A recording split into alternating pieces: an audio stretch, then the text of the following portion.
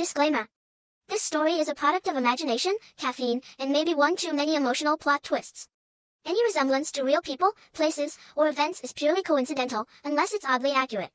In that case, wow, what a coincidence. Brought to you by Flower Stories, best enjoyed while doing chores, fixing things, or pretending to be productive. Because who says you can't escape into a story and clean your room at the same time? The bench under the mango tree. It was a quiet afternoon, the kind where the wind rustled through the leaves just enough to remind you that the world was still moving. A girl sat on the old bench beneath the mango tree, the same one her father used to nap under after lunch on Sundays. The same tree she once climbed with wobbly knees and a giggle too loud for her own good.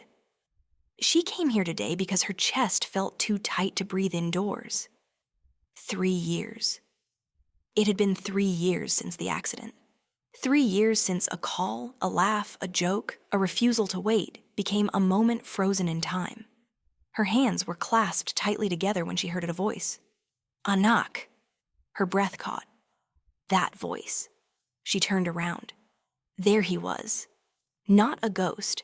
Not something scary. Just her father, how she remembered him. A little tired, smelling so good like the bar soap they use, wearing his favorite Sando and Mayong shorts with a white towel on his back pocket, sitting on his bright red tricycle. She didn't ask how it got there. She didn't care. "Papa," she whispered, tears instantly blurring the world. He sat beside her, the bench creaking under his weight, exactly like it used to.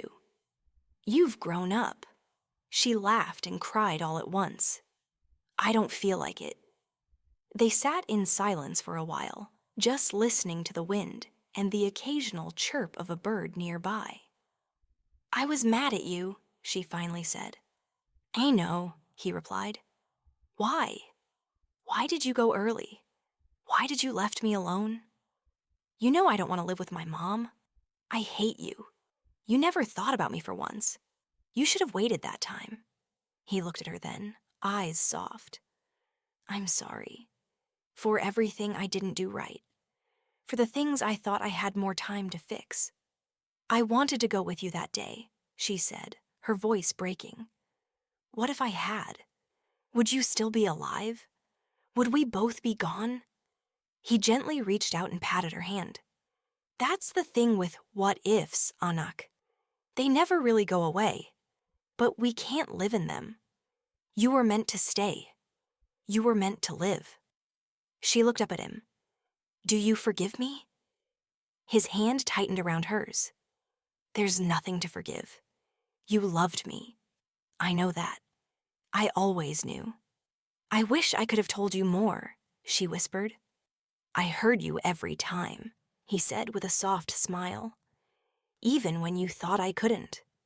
Pa, when the time comes, will you be there waiting for me?" she said, looking at the setting sun, tears slowly falling. "Yes, my dear," his dad said, and hugged his daughter tightly. The wind picked up again, and she felt it, warm and comforting, like a hug, like her father's arms around her one last time. When she blinked, he was gone.